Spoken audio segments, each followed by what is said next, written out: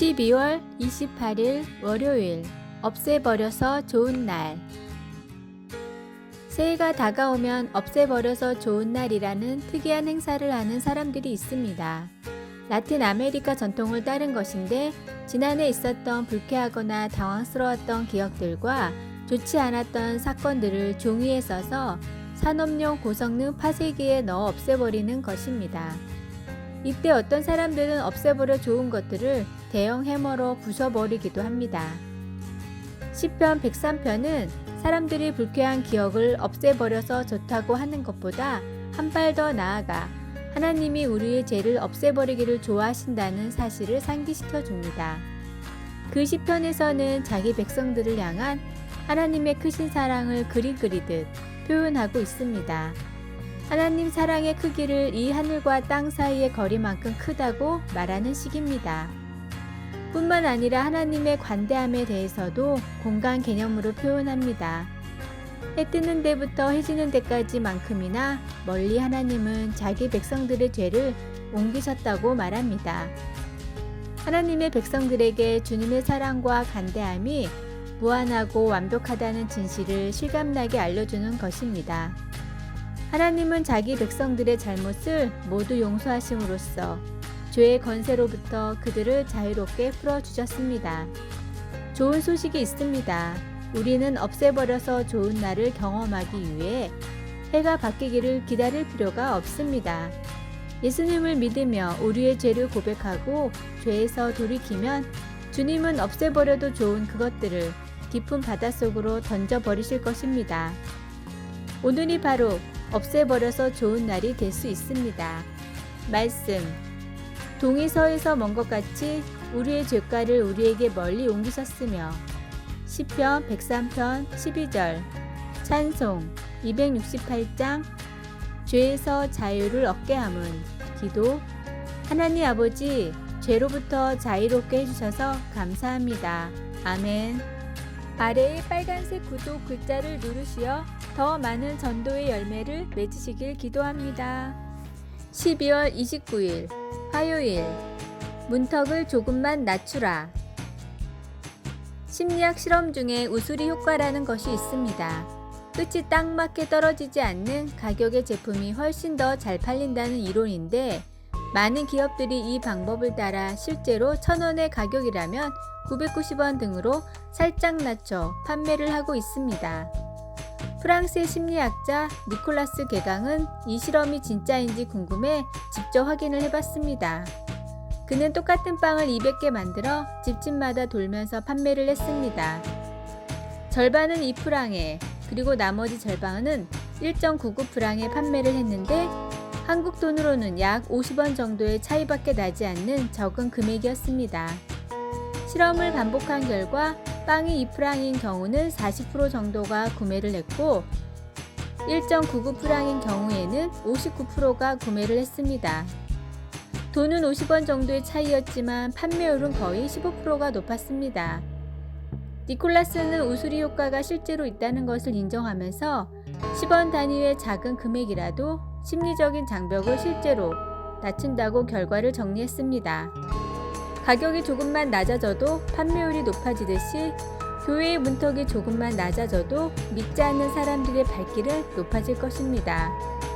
죄인들을 꺼리낌 없이 찾아가고 함께 교제하셨던, 그리고 회심시키셨던 예수님처럼 예배당에 누가 오든지 웃으며 환영하고 함께 떡을 뗄 수 있는 성도가, 그런 교회가 되게 해달라고 기도하며 노력하십시오. 오늘의 말씀. 예수께서 그리스도이심을 믿는 자마다 하나님께서부터 난 자니, 또한 낳으신 이를 사랑하는 자마다 그에게서 난 자를 사랑하느니라. 요한일서 5장 1절. 오늘의 찬송 520장. 듣는 사람마다 복음 전하여. 오늘의 만나. 주님, 예수님의 마음으로 더 낮은 사람들을 섬기는 사랑의 자녀가 되게 하소서. 빨간색 구독 글자를 누르시어 더 많은 전도의 열매를 맺으시길 기도합니다. 12월 30일 수요일, 모든 것을 새롭게. 회차장은 매우 흥미로운 곳입니다. 그곳은 한때 누군가의 소중한 소유물이었던 자동차들이 이젠 버려진 고물이 되어 그 사이로 스산한 바람이 부는 쓸쓸한 장소입니다. 사고로 망가진 차들, 낡아서 못 쓰게 된 차들, 그냥 더 이상 쓸모없게 된 차들이 그곳에 있습니다. 폐차장에서 일하는 분의 이야기에 의하면 가끔씩 눈이 가는 차가 있다고 합니다. 그 차가 살아있는 동안에 겪었을 모험들을 상상해 보면 과거로 통하는 문처럼 그 버려진 차들은 각각 최신식 차량을 향한 인간의 갈망이나 피할 수 없는 세월 같은 이야기를 지니고 있습니다. 폐차장의 주인은 오래된 부품에서 새로운 생명을 찾으면서 각별한 즐거움을 느낍니다. 차량을 수리하며 버려졌던 부품에 새로운 생명을 줄 때마다 마치 세월과 쇠락에 맞서 싸워 작은 승리를 얻은 것 같은 기분을 느낍니다.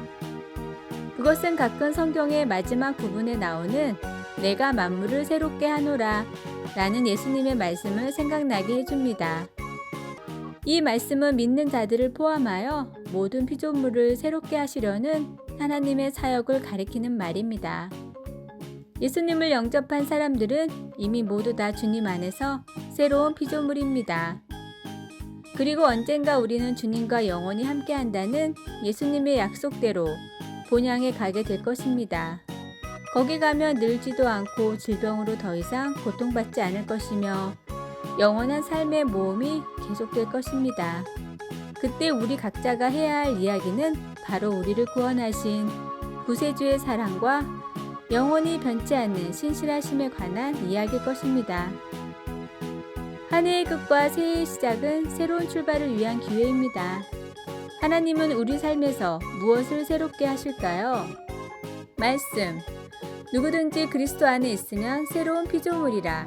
이전 것은 지나갔으니 보라 새 것이 되었도다. 고린도후서 5장 17절. 찬송. 384장 나의 갈 길 다 가도록. 기도. 저로 주님 안에서 새로운 피조물이 되게 하시고 저에게 주님의 선하심과 자비로 영원한 생명을 약속해 주신 주님을 찬양합니다. 아멘. 아래의 빨간색 구독 글자를 누르시어 더 많은 전도의 열매를 맺으시길 기도합니다. 12월 31일 목요일 49대 51의 법칙. 현대인은 경쟁과 대립 속에서 살아갑니다. 그 속에서 내가 남보다 더 많이 벌고 소유하기 위해 끊임없이 고민하고 행동합니다. 그러나 진정한 행복은 경쟁을 초월할 때 찾아옵니다. 49대 51의 법칙을 아십니까? 100이 있다고 가정해 봅시다. 이를 누군가와 나눠야 합니다. 우선 절반인 50에서 1을 양보한 49를 내가 먼저 선택합니다. 그러면 상대는 자연스럽게 51을 얻게 됩니다. 51을 얻은 사람 입장에서는 이만큼 이익을 봤다고 생각할 것입니다. 내가 양보한 건 고작 한 개뿐입니다. 하지만 상대는 양보한 분량보다 2배의 기쁨을 느낍니다. 무척 재미있는 인간의 심리를 보여주는 법칙입니다. 그렇다면 우리가 2를 양보하면 어떨까요? 상대는 4의 기쁨을 느낄 것입니다. 10을 양보하면 20을 더 얻었다고 생각하며 기뻐하겠죠? 내가 양보하는 분량이 커지면 커질수록 상대에게는 상상을 뛰어넘는 큰 선물이 될 것입니다. 아프리카에는 우분투라는 인사말이 있습니다. 당신이 있으니까 내가 있습니다 라는 뜻인데, 이런 방식으로 인사를 하는 아프리카의 부족은 여행자가 찾아와도 아무런 대가 없이 식사와 숙소를 제공합니다. 아이들은 놀이를 해도 1등과 꼴등을 정하지 않고 모두가 함께하는 놀이만 합니다. 우분투 정신은 이제 많은 기업가와 사회학자들이 연구하는 존중과 상생에 좋은 해가 되고 있습니다. 한 해를 마무리하는 연말입니다. 그동안 수많은 긴장과 다툼 속에서 가정과 일터, 교회 공동체의 일원으로 살아왔습니다. 아름답게 한 해를 마무리하고 싶지 않으신가요? 작은 양보와 희생으로 주위 사람 모두를 기쁘게 하는 것. 이것이 우리가 공동체 안에서 온전한 평화와 화합을 이룰 방법이 아닐까 합니다. 오늘의 말씀, 즐거워하는 자들과 함께 즐거워하고 우는 자들과 함께 울라. 로마서 12장 15절 말씀. 오늘의 찬송 221장 주 믿는 형제들. 오늘의 만나. 혼자 멀리 가는 삶보다 늙더라도 함께 가는 삶. 손해를 볼지라도 이해하며 사랑하는 삶을 삽시다. 아래의 빨간색 구독 글자를 누르시어 더 많은 전도의 열매를 맺으시길 기도합니다. 1월 1일 금요일. 새해 새로운 우선순위. 우리는 보통 악기를 연주하는 법을 늘 배우고 싶어도 제대로 레슨을 받을 시간이 없었다고 이야기합니다. 아니, 시간을 내지 않았다는 것이 아마 더 솔직한 표현이겠지요. 어쩌면 노후에는 그런 시간을 보낼 수 있으리라 생각합니다. 그래서 그때까지는 지금 당장 노력하지 않을 수 있습니다. 인생은 짧습니다. 그렇다 보니 우리는 이 세상에서 우리에게 주어진 시간이 가버리기 전에 그 시간을 제대로 활용해야 한다는 강박관념에 사로잡히게 됩니다.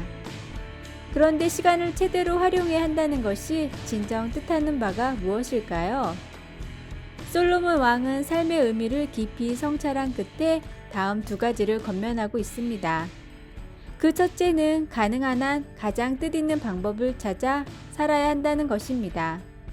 그런 방법들에는 하나님이 우리 인생에서 맛보게 허락하신 온갖 좋은 것들, 이를테면 먹고 마시는 것, 전도서 9장 7절, 옷과 향수 8절, 결혼 9절, 그 밖에도 첼로 연주를 배우는 것과 같이 하나님이 주신 온갖 좋은 은사들을 마음껏 즐기는 것들도 포함됩니다. 두 번째 권면은 부지런히 일하라는 것입니다. 10절. 인생은 기회로 가득 차 있어 언제나 해야 할 일이 더 많이 있습니다. 우리는 우리의 재능으로 하나님을 섬길 때처럼 일하는 것과 노는 것의 우선순위를 어떻게 정할 것인가에 대해 하나님의 지혜를 구하면서 하나님께서 주시는 기회를 잘 활용해야 합니다. 인생은 주님의 놀라운 선물입니다. 매일 주님이 주시는 축복 아래 주님을 뜻있게 섬기면서 기쁨을 누린다면 그것이 바로 주님을 높여드리는 것입니다. 오늘의 말씀. 내 손이 이를 얻은 대로 힘을 다하여 할지어다. 내가 장차 들어갈 수월에는 일도 없고 계획도 없고 지식도 없고 지혜도 없음이니라. 전도서 9장 10절. 오늘의 찬송 552장 아침 해가 돋을 때. 오늘의 만나. 새해에도 주님의 축복을 누리며 주님의 목적을 성취해 가면서 주님을 위해 살아갑시다. 아래의 빨간색 구독 글자를 누르시어 더 많은 전도의 열매를 맺으시길 기도합니다.